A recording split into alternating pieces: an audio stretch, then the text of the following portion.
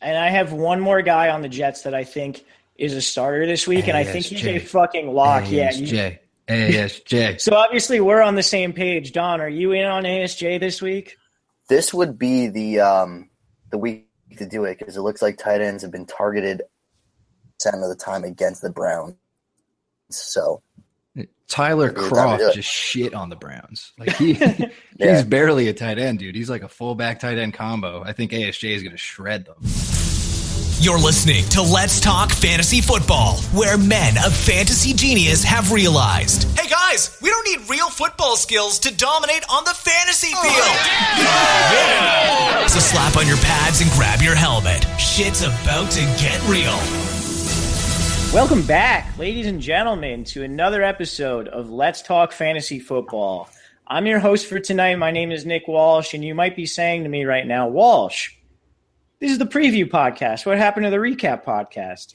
And what I will say to you is that we had some scheduling issues, and unfortunately, we don't have a recap podcast this week, so we apologize. We'll be back next week with a recap podcast, but what we do have for you tonight is part one of the preview podcast for week 5, and we have something very special because I am not joined by one. No, I am joined by two of my good friends, two of my favorite people to talk football with, and two people whose football analysis could only be described as deep as the Mariana Trench. That's right. I'm here with Vinny Gonzalez. What's up, Vinny? Hey, Walsh. And I am here with the DON, Don Chrisman. Don, what is going on? I can feel the sarcasm from 3,000 miles away. There's no sarcasm, dude. There's no sarcasm whatsoever. I think your fantasy analysis is deep as shit. But stats, dog. Stats and feelings and consistency. That's what we're about here. Those are the three ingredients. The 3 pillars of Let's Talk Fantasy Football. So, guys, we're here to preview week 5, which is the first week where we have some teams on the bye. You're probably dealing with that stuff right now. Before we do get into that, though, I want to give a quick shout-out to BenchBoss. You might have known them as ViewPick. They are now BenchBoss. That being said, they're still the revolutionary app that allows you to play fantasy football live while watching the game on TV. Predict the plays, the results of the play, and literally play fantasy football. You can sign up for the beta now by going to letstalkfantasyfootball.com/benchboss. I'd also like to remind you guys to like and subscribe, or subscribe and review, I don't know, whatever, on iTunes or wherever you guys are getting your podcasts. If you want to leave us a nice review, please do. If you want to leave us a mean review, I guess you can do that, but we don't really appreciate it because we don't like getting our feelings hurt. You guys can also download the Let's Talk Fantasy Football apps on iOS or Android. Those are compatible with your Amazon Echo as well. So, boys, now that we're through this, you ready to get into the Week 5 games? Of course. Let's fucking do Let's it. Go. All right, so I jumped the gun. Before we get into that, I'm going to say that there are 4 teams on the bye. These people don't have games. Those are the Falcons, the Broncos, the Saints, and the Redskins. So that's a lot of fantasy-relevant people, right? I'm not, thinking this is kind of a tough bye week to deal with. Absolutely. You're missing lots of guys, lots of good running backs too, with Devonta Freeman and CJ Anderson leaving your team. So we have a lot of stuff to get into. Yeah, you might need some fill-ins. We'll try and help you out with that. Let's start with the Thursday night game, New England at Tampa Bay. This is the highest over-under of the week. It's at 55.5, and New England's a 5.5-point favorite. New England's been in shootouts the whole year. They seem to be the team where you can start everyone and you can start everyone against them. Don, what's your opinion on this game? Do you think that's still the case, or are you a little more cautious? Yeah, I agree. I mean, you're looking at New England this year too, and their defense is not good. We all knew Tampa Bay's defense is not good. I'm going to dip my toes into the Adriatic Sea of plentiful stats I'm going to give you here. The Adriatic Sea. The first thing I'm going to say is with this year, it looks like Tom Brady's going into Tampa Bay, which is giving up QB1, and QB10 value. So it looks like Tom Brady is just going to make it rain on them, and it looks like you can just start all of New England, as well as I believe you can actually pick up Winston with all your buys this week and play him if you have like a Matt Ryan that's on the bye or Kirk Cousins, because Winston actually might be on your waiver with how poorly he produced in the beginning of the season. He's sharing a lot to Mike Evans with 32 targets. He's also reaching out to Deshaun Jackson and Humphreys, both with 20 targets each already with the past 3 weeks. And he's also hitting Cameron Brate quite a bit. So I think it's going to be quite a little bit of a shootout. Yeah, I'm right there with you. New England, correct me if I'm wrong, but you mentioned Brady. You're starting Gillislee. You're starting White because Burkhead's out again this week. You're starting Cooks, Hogan, Gronkowski, Amendola. Right? Yeah. Vinny, what do you think about that? Yeah, no, you hit the nail on the head. And for the defensive side for the Bucs, Quan Alexander, Levante David, TJ Ward are all out or doubtful. So Brady is just going to light them the fuck up. Absolutely. Don, you mentioned the Tampa Bay side of the ball, how Jameis is a nice start this week. I completely agree with you, and I'm sure Vinny does too. Mm-hmm. You also mentioned his targets. Obviously, Mike Evans is a go. And then Deshaun Jackson and Adam Humphreys both having the same amount of targets. I think Jackson is definitely owned and probably going to be started in most weeks this week. Vinny, do you think Humphreys is worth looking at as like a wide receiver 3 or a flex? I think so. I just wouldn't really, advise people to do that. If you're really in a tough spot, like if you're getting rocked by the bye weeks, like if you have a lot of those guys out and you have to reach to the waiver, yeah, sure, throw it Adam Humphreys. Don't put him in your flex, though. Put him in like a wide receiver spot so you don't burn that for the rest of the Sunday. But you could do a lot worse. I mean, it's going to be a huge blowout with a lot of points. So Adam Humphreys sneaking in like a touchdown or like a sneaky good PPR game is not out of the realm of possibility. So I like it as a sneaky play, but I would be very scared to do it. Okay, that's fair. I think I'm with you on that. And you make a great point in terms of, I talked about Humphreys as maybe a flex. Any player playing in the Thursday night game should not be in your flex. They should be in either the wide receiver or running back spot, just because it's going to allow you more flexibility going into the weekend to make further roster moves. So keep that in mind. We briefly mentioned the tight ends. Both got in the end zone. That's O.J. Howard and Cam Brate this past week. Brate had 6 targets. Howard had 4, though I believe Howard is out snapping Brate. Don, what's your take on those 2 tight ends? Do you want to play one, neither, or both? I think if I were going to play, I would still go with Cameron Brate. It looks like he's still getting more of the targets, even though he's being out-snapped. Cameron Brate on the spinning wheel against New England this week. Yeah, I'm on Cameron Brate as well. Vinny? Yeah, Brate for me. All right, cool. I think that does it for this game. Let's pick it. Vinny, who you got? I'm going to take the Patriots here. Don? Fuckery and go Tampa Bay. All right, I'm going to be smart and take the Patriots. Whatever, Don. So let's move on to, though, it's never the worst idea to take the home dog. But anyway. We didn't talk about Doug Martin. Oh, my God. Yeah, we need to talk about Doug Martin, actually. Come on, man. What am I doing? We went right into the pass game, and oh, wow. Sorry. I'm doing that is the most tantalizing part of this, but dude, you're right. That's like the only part that actually deserves analysis. Vinny, go for it. So finally the Messiah returns. Doug Martin is back from his suspension. I think he hops right back. Out my ear. I saw that. He has risen, dude. He's finally back to save your shitty teams, including mine. I'm thinking you drafted him for this. You throw him in your lineup. You're playing him. I've seen a lot of shit back and forth that maybe Quiz and him are splitting reps or something like that, bringing Martin along slowly. I don't buy that for a second. I think he hops right back in the number 1 role and, just get shit rolling right away. I don't think that he's really going to be on like any sort of limit. They might, throw in Rodgers for like a couple plays, but I think he hops right back in and puts out a pretty good workload. I'm thinking 15 to 18 touches in this game. Wouldn't be out of the question. Okay, I think in this matchup, I'm honestly willing to start either of them, both Martin or Rodgers. I think Martin's the better start. But if you're desperate, I think you probably can start Rodgers. And just because there's going to be so many points and whatever else, there's a decent chance that he hits. Don, what's your take on those RBs? Yeah, I don't think it's a horrible play if you play both. Doug Martin, I mean, you did draft him for this reason. I think he's going to come back and have a strong season. I think they might just at the gates. So I think Doug Martin's a good play.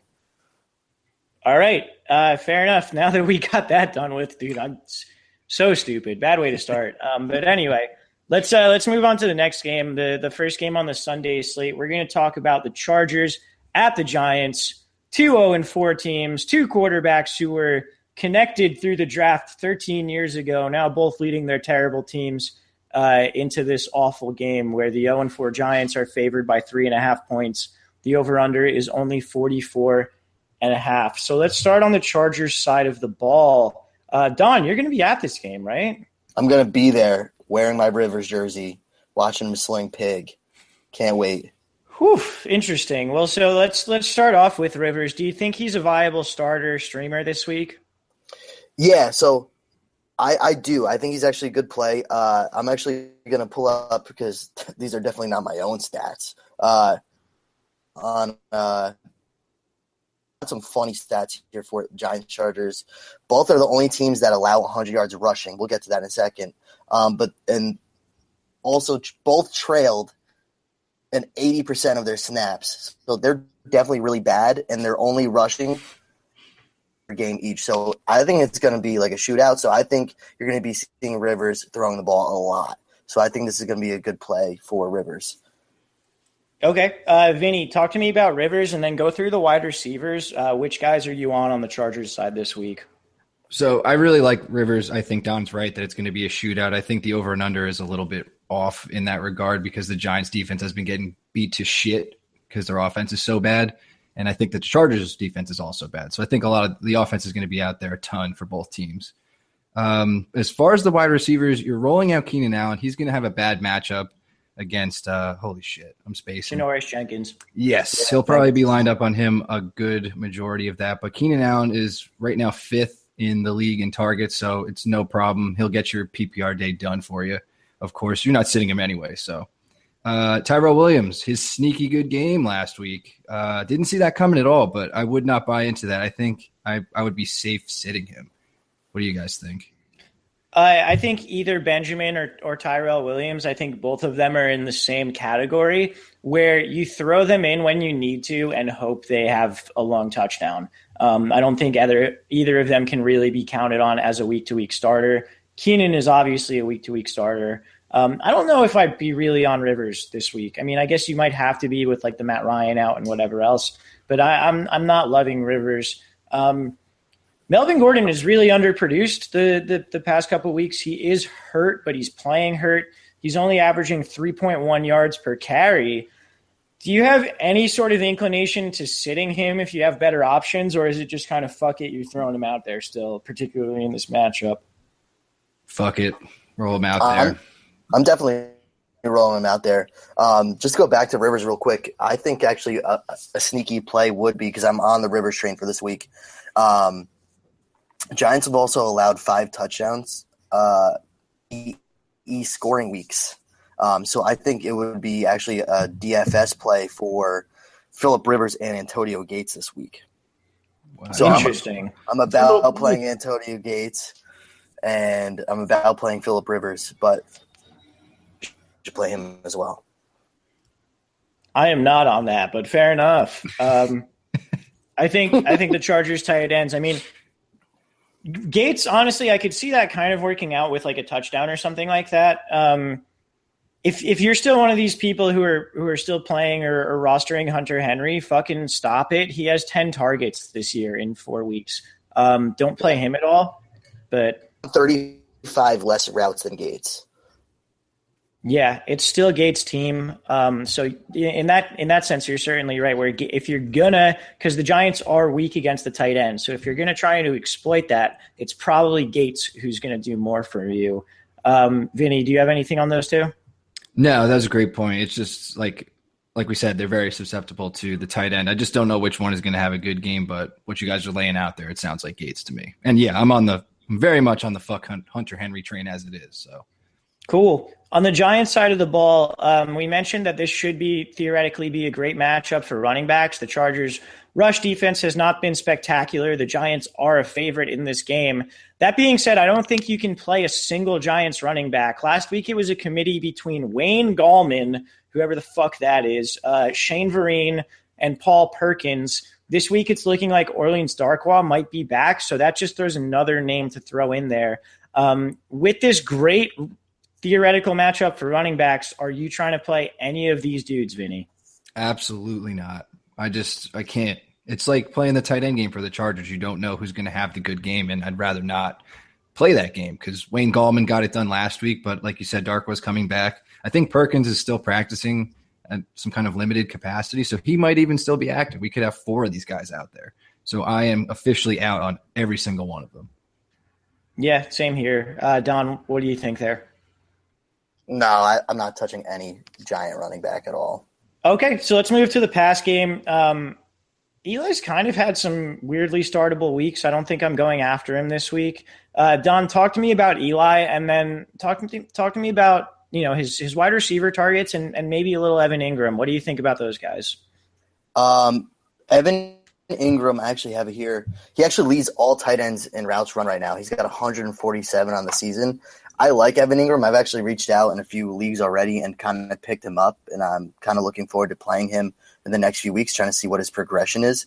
So I like the Eli to Evan Ingram. I'm not starting Eli just yet, but not Chargers, which should be actually a fairly decent. I also think that Sterling Shepard's a fair play as well, and you're rolling out Odell. If you guys still had Brandon Marshall, please drop him. I don't know about that, Don. I also disagree with that. Yeah. So Brandon Marshall's kind of been picking it up as of late. We've seen his targets increase every single game. Actually, that is not true, but his targets are from week 1 to 4. It's 4, 5, 11, and 10. So he's definitely getting more involved. And if he's going to at least get targets, he's worth a flyer during some serious bye weeks like this one. So I wouldn't think it's the craziest thing to throw at Brandon Marshall, but it's one of those things that you don't feel great about, but at least he gets like that guaranteed target share, which is good to see. And that could also be the same for Evan Ingram. He's the number 2 targeted tight end in the NFL right now, which I was really surprised about. And to me, that's kind of like an every week starter going forward because the tight end position is gross. And as long as he's getting the opportunities, dude, touchdowns, yards, it all comes with it. So I'm very in on Evan Ingram. I just think Evan Ingram is going to pull away from Brandon Marshall completely. Like, I don't think you're going to see 10 and 11 again with Brandon Marshall. They throw it so much, though. Yeah, and I think they're going to have to this game as well. My point on Brandon Marshall and why I'm going to use him at the very least in some daily fantasy, tournament lineups, but I think he's kind of a viable start, in your regular redraft lineups as well. You mentioned the 11 and 10 targets the past 2 weeks. The Chargers have also shadowed 2 out of the 4 weeks, and those were the 2 weeks where Jason Verrett wasn't playing. So the Chargers seem to shadow with Casey Hayward at this point in the season. Casey Hayward will likely be on Odell Beckham. He is Pro Football Focus's number 2 corner so far this year. He's having a great season. Very good cornerback.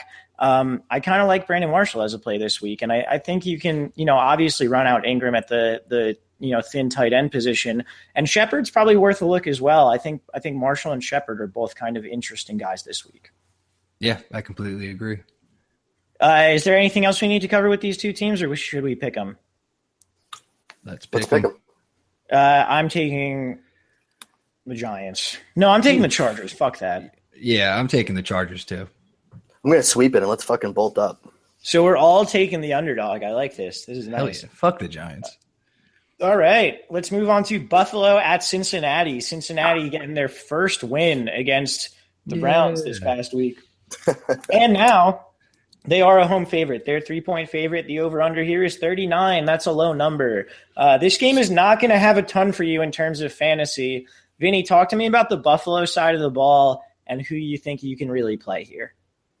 I'm really shocked that the Bengals are favored to start out. I think that's kind of insulting to Buffalo. Buffalo's better than. Yeah, they just knocked off the Super Bowl champs. Now they're dogs to Cincinnati, who just won their first game against the Browns. And I'm a Bengals.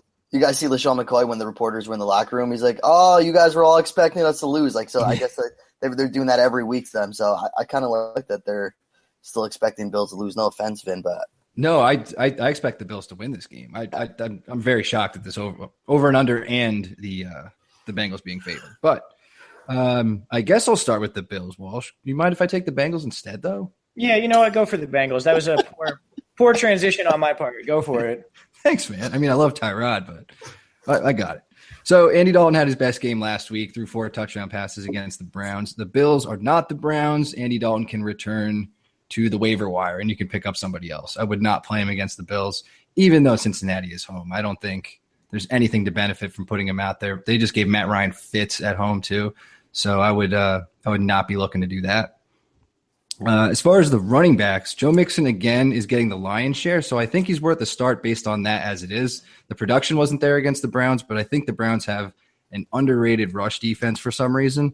I'm not sure why that works out for them, but Joe Mixon should get a healthy dose of the workload again, so I think you could throw him out there. And then Gio's always kind of in that flex thing, so do it if you have to, and do not play Jeremy Hill. What do you guys think? Joe Mixon safe or no?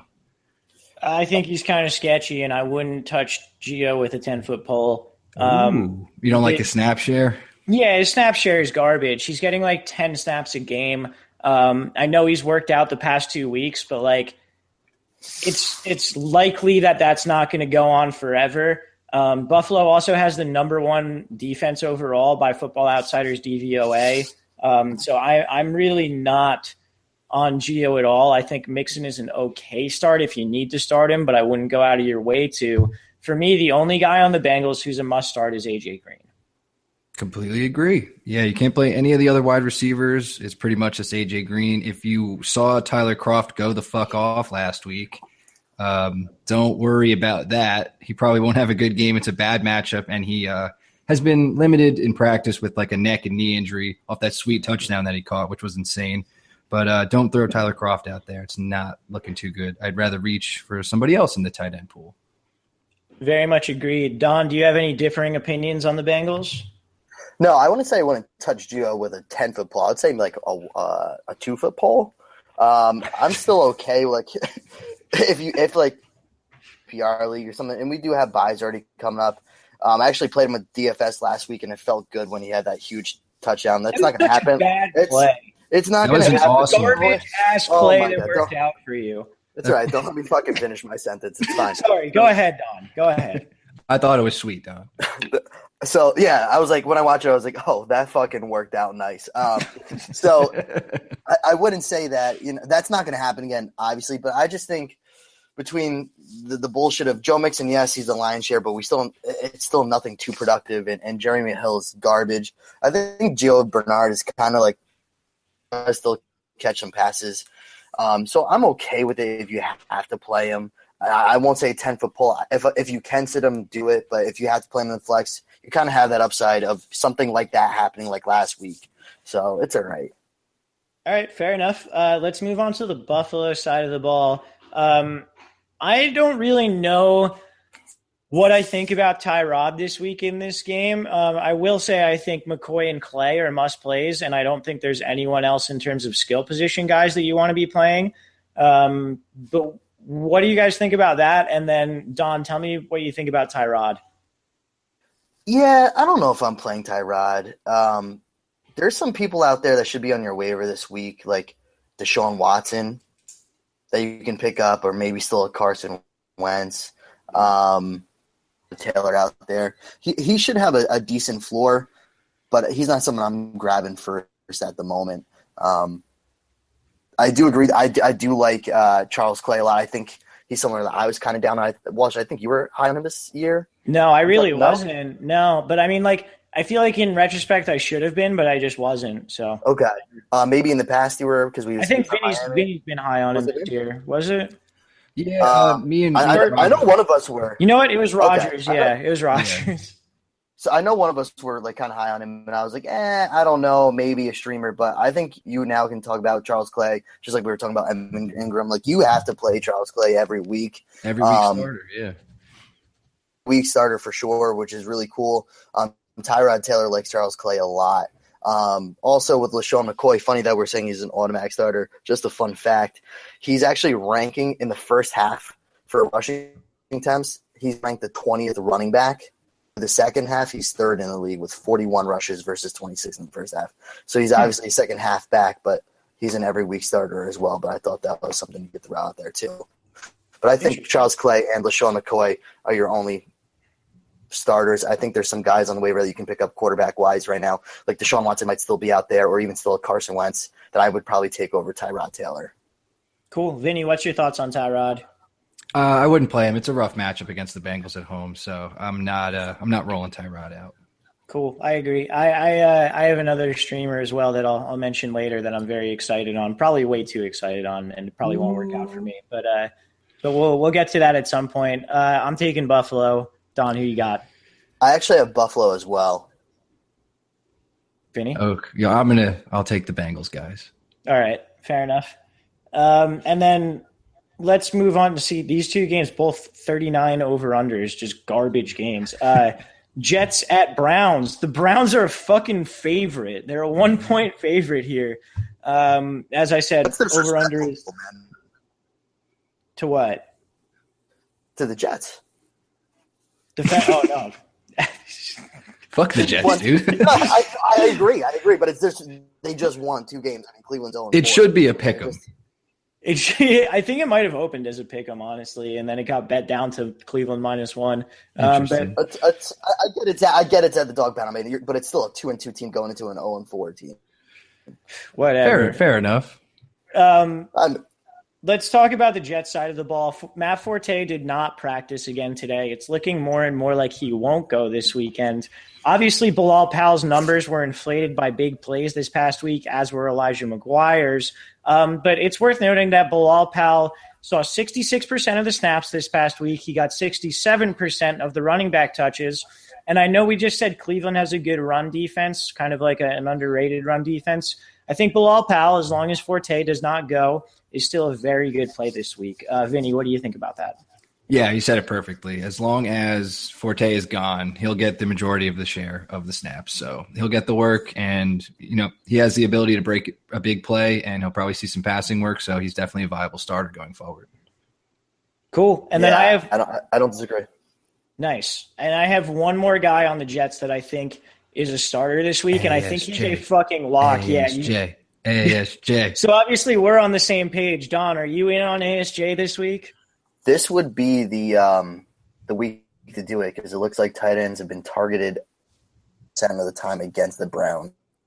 So Tyler Kroft just shit on the Browns. Like he's barely a tight end, dude. He's like a fullback tight end combo. I think ASJ is going to shred them. Yeah, ASJ has 10 targets in the past 2 games since he became active for this year. This is the week to play him. He will be in probably every single one of my daily lineups this week. But yeah, ASJ is the guy. Is there anyone else on the Jets that you have any interest in playing, Don? No, I mean, Jermaine Kearse has been like the most heavily targeted Jet, and he's still like not even wide receiver 3 value right now. So I'm going to leave with Bilal Powell and ASJ for the Jet side. Yep, Vinny? Lock it up. Cool. Same with me. Let's move to the Browns side. I have a take for you. I think you play Crowell this week. Vinny, what do you think about that? Took the words right out of my mouth, dude. Yeah. Eat that crow, baby. Yeah, I'm one of those fucking idiots that took him in like every draft. And as much as he's hurt me in the past, I got to roll him out there, man. Especially with some bye week stuff. It's just got to happen. The matchup's pretty good. I'm in. Don, what's your opinion? Yeah, I'm cool with Crowell. I think I'm cool with Duke Johnson too this week. I'm absolutely cool with Duke Johnson. Yes. He got 10 targets last week. That gives him 28 targets on the year. I think those are the only 2 plays for the Browns, but I think they are both legitimate plays in Crowell and Duke Johnson. Yeah. Please work. Please, God, just help me out. It's been another week of me watching Hugh Jackson just like, I got to get him the ball more. I definitely got to get him the ball more. I'm like, See, I've been the asshole with Duke Johnson on his bench for 3 weeks straight, just like, I can't continue. And like, now I'm going to buy in. So like, if it doesn't work out, I'm going to be really upset. That's normally how it works too, which sucks. Oh yeah, totally. But anyway, I'm going to take the Browns here. Don, who you got? Disrespectful. 2-2. TS on this one, man. Oof. Gross. Can SUCK my wiener, Don. Browns. Word. I thought you were going to spell it out, but I guess not. I can't spell wiener on the fly. I don't know where the I and the E go. Yeah, dude, no one can do that. It's a tough word. I before EEC, whatever. I don't know. I don't think that. Whatever. Anyway, on the note of sucking wieners. Never mind. With that game done, let's get a quick word from our pals at BenchBoss. This year, dominate your friends with free play-by-play fantasy football from BenchBoss. BenchBoss is the first play-by-play fantasy football game where you must think like the players and coaches on the field as you predict the outcome of every play. Earn rewards as you compete against friends and fans across the country. BenchBoss is currently recruiting beta testers, and we need you. Visit benchboss.tv to learn more and sign up today. All right, guys, that was BenchBoss. Make sure you are checking them out. Again, you can sign up for the beta at letstalkfantasyfootball.com/BenchBoss. Let's get right back into the games, though, with Jacksonville at Pittsburgh. Pittsburgh's an 8.5-point favorite at home here, and the over-under is only 43.5. Wow, the Rockies are making this playoff game very close. Anyway, Pittsburgh, as I said, 8.5-point favorite at home, low over-under. So not much expected out of Jacksonville this week. Don, as our resident Jacksonville enthusiast, who on the team are you willing to play? I don't know how much – obviously you got to play Leonard Fournette. He's a beast. Other than that, you got Allen Hurns that has the touchdown capability, but – he's hit or miss, or Marquise Lee. I think still the only person I'm touching is Leonard Fournette. Vinny? I agree with Don. I'm not safe. Like, Steelers have actually had a pretty good defense. Yes. They're not anything overwhelming, but they stifle everything offenses have done to the point where they impede fantasy production big time. So I'm really only liking Fournette, like Don said. Yeah, I'm right there with you guys. I think Fournette is very safe. He gets over 4 targets a week, but temper expectations this week with Pittsburgh at home. Pittsburgh hasn't really had that breakout performance yet. This might be it, and you just kind of got to hope that Fournette gets in the end zone. On the Pittsburgh side, you're using Pittsburgh D, I think, and then Le'Veon play of the week. Am I off there, Vinny? No, we just saw the Jets tandem go the fuck off on them, and Le'Veon should equal out their carries and just kind of rip this game a new one. So I'm all in on Bell. I'm a little bit concerned about Antonio Brown and Martavis Bryant. I think you have to play both of them, but I'm worried that the corners for Jacksonville shut them down. Maybe not to the extent of a total shutdown, but definitely ruin fantasy production for you in a really shitty way. Don, what do you think about those 2 wide receivers with the Jacksonville corners? Brown. Martavis Bryant, though, I might actually sit Martavis Bryant. He has been underwhelming. He hasn't had more than 3 catches. I'm looking at this. He hasn't had more than 3 catches in a game with 1 week higher than wide receiver 57. Jeez. I'll probably just play Antonio Brown as a receiver against Jacksonville D. Yeah, I'm with you there, Don. I think you can sit Bryant pretty comfortably. Jacksonville does have the best cornerback combination in the league at this point. It's probably also worth mentioning. Oh, sorry, go ahead. I was going to say, unless Juju Smith goes Super Saiyan and does some crazy shit out there. See, that's kind of possible. So awesome. That could happen too. Because the outside wide receivers are going to get locked down, so it's possible he gets some work there. Yeah, it's like we were saying, the Jags, the way you can beat them is over the middle. So I think Jesse James is a viable tight end stream again, like he was last week. And then Juju might not be the worst panic flex for you. Okay, I'm not on Jesse James. Just week 1, he had the 8 targets. The past 3 weeks, he's gotten 5, then 4, then 3. I don't really see a need to play him here in a world where ASJ and, other guys like that exist. But Yeah, I know I think you're hoping with Jesse James it's a touchdown. If not, it's a major bust. Yeah, definitely. I mean, like most tight end streams, that's all I'm saying. Like they're at least giving up a lot of points to the tight end. So I figured why not throw it out there. All right, fair enough. I don't think there's anyone else we need to talk about in this game. I'm going to take Pittsburgh. Don, who you got? I got Pitt. Steelers. All right, fair enough.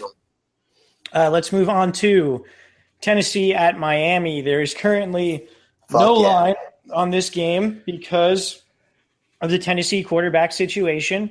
Mariota is currently day-to-day with a hamstring injury, so he might still play. But if he doesn't, we're likely getting Matt Castle with a backup of Brandon Weeden, which, all politics aside, it is completely fucking insane that Brandon Weeden got signed to a contract before Kaepernick did. Oh, dude, absolutely. It's really gross. I would be furious. Yeah. That's just awful.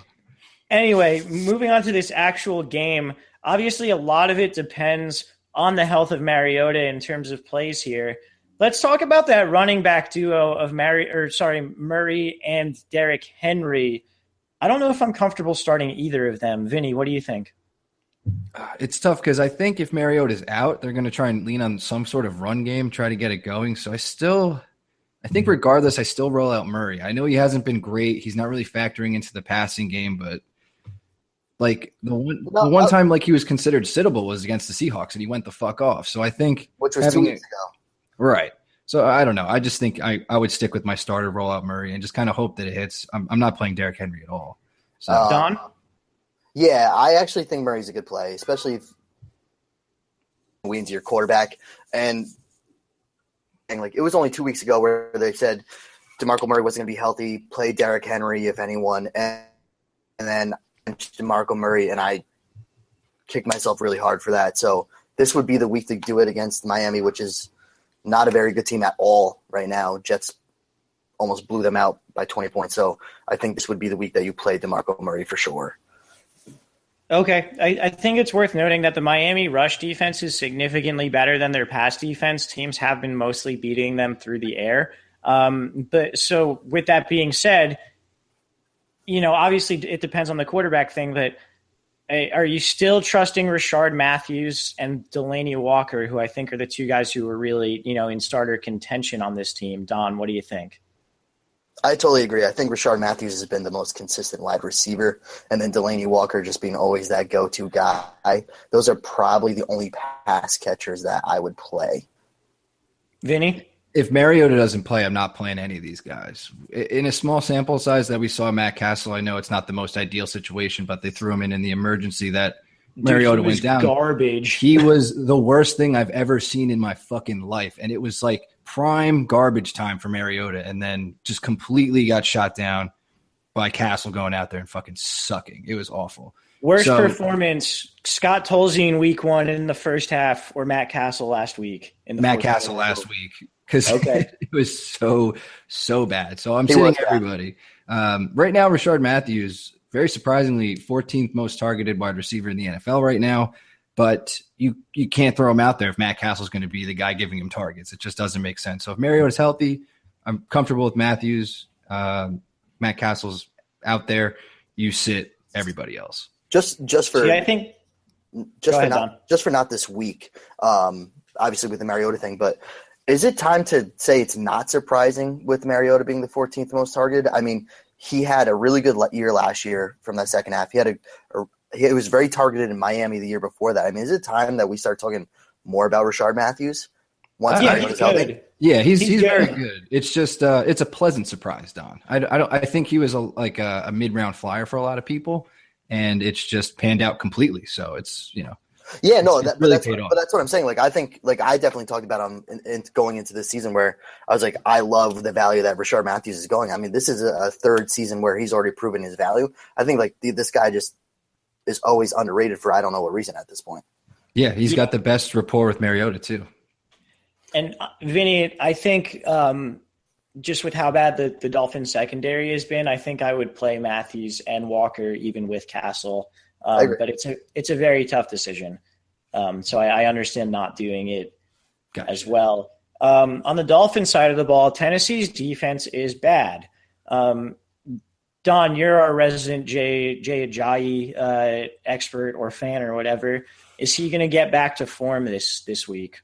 Yeah, so I was reading up on this too. I was looking at like Fabiano's start and sit, and he has Ajayi as his stardom of the week, which I agree with. You got to remember, the Dolphins they almost got shut out like 2 weeks in a row, pretty much. So they were throwing the ball a lot at the end of their both games. So Ajayi really didn't get as much as he could, as much carries as he wanted to. I think this is the week they do it against Tennessee. Tennessee was giving up to RB1s double-digit in PPR leagues, double-digit scores in fantasy every week this whole season. Every week this whole season. So I think this is Jay Ajayi's week to break out, and you need to play him, especially with how poor their passing game has been. I'm not going to go too much into it, but fuck both of you about Jay Cutler. Don't ever stream him. You both deserve it. Stream him this week. No, I'm kidding. I don't think you should stream Jay Cutler this week. I will recognize that was a bad play this past week, just based on the history with Jay Cutler. What I will say is that I think Parker is a legitimate play this week and every week. He's gotten at least 8 targets every single week so far this year. And I think Landry in this game is also in play. He's gotten at least 7 targets. It has decreased every single game. But we know Landry can break plays. We know he's a target monster in that short passing game. Vinny, what do you think about those two guys? Dead on, man. Parker has been pretty much matchup proof, Cutler proof so far. He's scored, I think, 9 or more points every game that he's played so far. Very safe play. I think people are panicking on Landry because he really hasn't had a huge breakout other than that. I think the first week against the Chargers they played where he had a ton of catches, but eventually it's going to happen for him. So hang tight. He's getting targets. So keep up with him. If you're in a PPR league, Landry is still, I wouldn't even panic about him at all. He doesn't get the yardage, but he gets a lot of targets. Also with Devontae Parker, now if Miami still doesn't get better, you could still lean on Devontae Parker being the target at the end of the game for garbage time. Like Devontae Parker is the guy that he's going to. Yeah, he's been their most consistent fantasy option by a long shot so far this year. It's hard to pick this game just with the quarterback situation. I'm going to take Miami, though, because Jay Cutler rules. Oh, God. Fuck Jay Cutler, dude. I'm going to also take the Dolphins because Matt Castle sucks. Don, you have to admit this right now. Jay Cutler is a better quarterback than Matt Castle. Say it.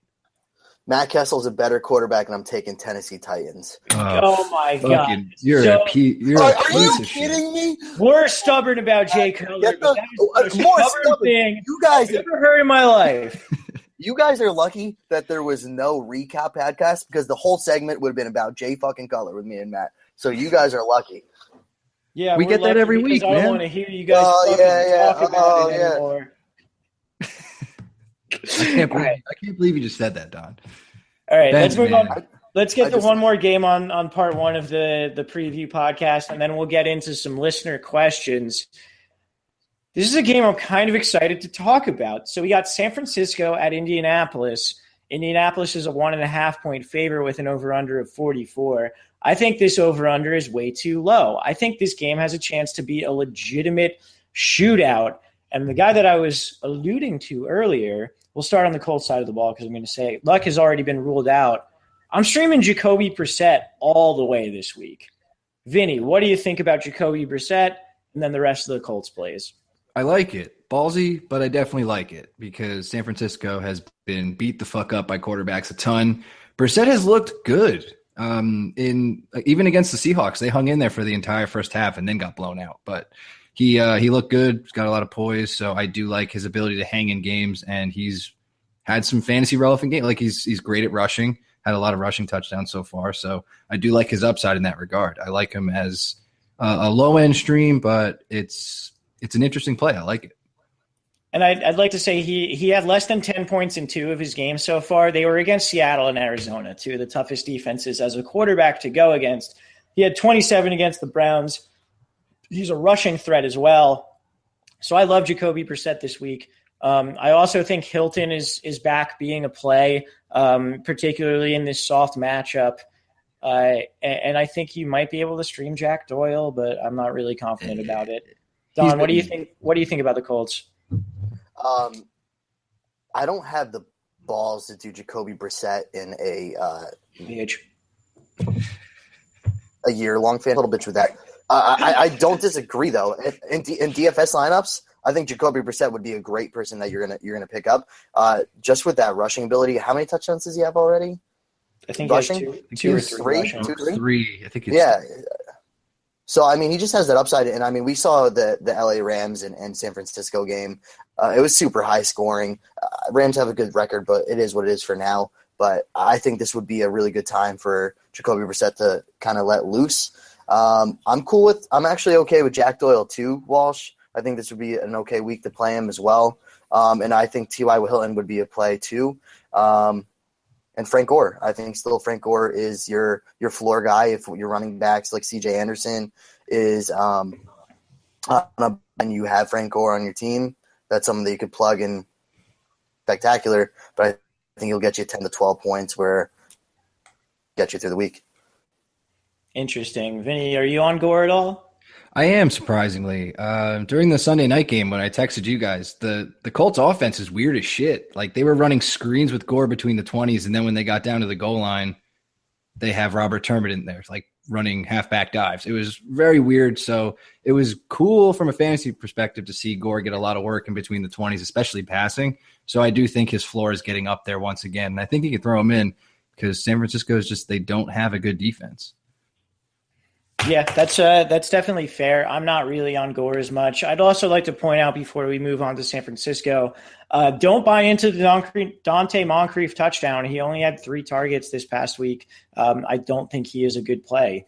On the San Francisco side of the ball, it was a weird week for them this past week, likely due to Arizona's defense and the things it kind of makes you do, like Patrick Peterson shadowing people. Vinny, what do you think about Carlos Hyde, Pierre Garçon, and then maybe any other targets on the team that you might be looking at? So like how you like Jacoby Brissett, I think I like Brian Hoyer. I think it's a pretty good matchup for him too. I think if you wanted to do the ballsy stream, it's you could definitely pick up some Hoyer, see what happens. I do like Carlos Hyde a lot. He is besides last week against the Cardinals, which is tough. He'll have a better outing against the Colts. I think he'll be active, ready to go. Roll out Carlos Hyde. He's a workhorse. Don't worry about it. Pierre Garçon, he is definitely going to have the targets once again. That is all we know for sure. He could get shadowed by Vontae. I'm not sure. They could move him around a little bit more, but if he gets shadowed, at least the targets are there, and Garçon is good. We saw Marquise Goodwin get knocked out with a concussion. It's actually his 4th concussion in about 14 months. So I don't think he's going to play maybe football again. And he should be out this week. And that leaves Aldrick Robinson and Trent Taylor out there, who I think Taylor saw 10 or 11 targets last week, which was 12. Very interesting. Holy fuck. So he's incredibly interesting, especially if Goodwin's a scratch. He's like going to be out there on your waiver wire, so you can throw him in some daily fantasy stuff out there too. I think it's like a low end play. It's interesting as fuck. I think he's up there with like an Adam Humphries play for me. Yeah, I'm kind of with you on that, and I think Adam Humphries is a good comparison. Where who knows, maybe you're just fucked on bye weeks and like you just need to do it. Don, do you have opinions on the 49ers? Is Don back? Do we not have Don? Don might be frozen right now. I think we might have lost Don. Well, it's a good thing we're towards the end of part 1 of this preview. So sorry, we don't get Don's opinion on that at this specific point in time. But anyway, who are you taking here, Vinny? I'm gonna say 49ers. I like the 49ers. Okay, I'm gonna take the Colts. I believe in Jacoby Brissett here, and we'll see what happens. So let's get into a couple listener questions. First one from Andre. 10-team, non-PPR. I can have 2 wide receivers and a flex out of the 3 spots. Who gets left out? It is Dez. It is Chris Hogan. It is Stephon Diggs, and it is T.Y. Hilton. Vinny, what do you think? This is a little tough. For me, it's Hogan is a must just because the shootout potential. I think you got to throw him in there. I think Hilton for the same reason, and then I think Dez is actually the odd man out. I'd go Hogan, Diggs, and Hilton. See, I'm leaving Hilton out. I think I'll take Dez, Hogan, and Diggs. I like Dez a lot this week against the Packers. We'll talk about that in part 2 of the preview podcast. Disappointed, Walsh. You just talked up Brissett and said Hilton's back, and you're leaving him out. I mean, I think those 3 are really good plays ahead of him. Honestly, I think that's a really tough decision. Yeah, it's a good problem to have, but you really can't go wrong. I think, but that's what it is for me. Fair enough. Next question from Jordan Kolb, spelt like former glorious quarterback Kevin Kolb. Yes. Is Alfred Morris the handcuff in Dallas is the first part of the question, to which I say yes. What do you think? Absolutely. And then also, do you see Samaje Perine as a good dynasty keeper? Does he eventually take over the role? Vinny, what do you think here? Nah, he just hasn't looked good. Suffered a fumble, I think, 2 weeks ago. Hasn't looked fantastic. Didn't really take over the game when, Kelly was out. So I'm not really buying him, especially as a dynasty keeper. I'm kind of out on him right now. Yeah, I mean, like in a dynasty league, you generally have more spots. You probably have the room to keep him, but like Samaje Perine has done nothing to make us think that he's a legitimate NFL running back at this point. I know he was good in college and whatever else. I don't think it's necessary to keep him. I think you can do other things with that spot if there are other players of, a certain caliber there. Like Bryce Butler. We'll maybe talk about him in part 2. I don't know. Bryce Butler. Oh man, he's so good. Next question from Kevin. For the rest of the year, Blunt or Buck Allen in standard scoring? Vinny, what do you think? Just because it's standard, Blunt, and he's getting a lot more work, and the Ravens look like hot garbage. Yeah, I'm on Blunt as well. Next question from Manny. Good morning. Good morning, Manny. It's actually evening for us, but maybe you're listening to this in the morning. Got a trade offer overnight, Lamar Miller and Fleener for Michael Thomas. So that's the first part of it. I wouldn't. I like Michael Thomas a lot. Yeah, I don't think I'd give that. I mean, it's Fleener even. Ugh. So Fleener's worthless, and Michael Thomas is worth more than Lamar Miller. So the Michael Thomas side of that wins that for sure. That dude's selling high as fuck on Miller right now. Don't fall for it. And then would you drop Eli for Watson and Kupp for Fuller? I'm guessing that's Cooper Kupp. I would drop Eli for Watson. I wouldn't drop Cooper Kupp for Will Fuller. I agree with both of those. All right, next question from Durant. I have a big question for you guys. Also, just so you guys know, Vinny, I have not read any of these. I have a big question for you guys. This is a full-point PPR league. I need to start 2 of these guys. My options are Ty Montgomery, assuming he's active, Aaron Jones, Doug Martin, and Latavius Murray. I know Latavius isn't the best RB, but I'm worried about Doug's workload having just come back. Which 2 should I go with? I also have Elijah McGuire. Vinny, what's your opinion here? Doug, absolutely. And I think, we're seeing a lot of like the Packers go back and forth on Montgomery's health, Aaron Jones' health, and also Williams' health. Williams, yeah. So I'm going to stay away from that entire situation, and you're going to play Doug Martin and Latavius Murray. I'm completely on board with you. And do we have Don back? Don, are you back? I'm back, dude. All right, Don, we're on some questions. So we just went through Durant's question. He needs to start 2 guys, Ty Montgomery, Aaron Jones, Doug Martin, and Latavius Murray. Who are you starting? I'm going Doug Martin, and if Ty Montgomery is healthy, I'm going Ty Montgomery. Aaron Jones, I'm not touching because Jamal Williams should be playing, and actually Ty Montgomery should be too. Latavius Murray, I'm still not on yet, so if Ty Montgomery's going, I'm going to go with him. Okay, Vinny and I went Martin and Latavius, but I understand that as well. So our next question here is from Luke Shores. Is Doug Martin going to have a viable workload on Thursday? Vinny, what do you think? I think you know my answer, and it's fuck yeah. He's going to have a huge workload.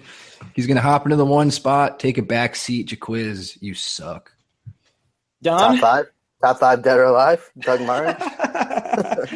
Shit. Yeah, I'm so cool with Doug Martin this week. Do it, man. Yeah, I mean, even if Doug doesn't have the clear-cut number one workload, they're playing the Patriots, and the Patriots are a start-everyone defense. So Doug Martin's probably going to have a viable workload. If he doesn't, he's still worth a start. And then our last question from Luis, or Lewis, but I think it's Luis. Should I trade Carlos Hyde for Matt Breida and Wendell Smallwood? No. No, what is that? No. Yeah, no. That's Hyde so at this weird. point, I know he has health concerns, but trading Hyde for Breida is weird in itself. And you're trading for two guys who get maybe 30% of the snaps and like passing down work on their respective teams. So no, not worth it. Don't do it. No. All right, so we'll be back with part 2 of the week 5 preview. Keep an eye out for that tomorrow. It should be, barring any technical difficulties, myself, Vinny, and Don again. So for Vinny and for Don, I am Walsh. Later, podcast.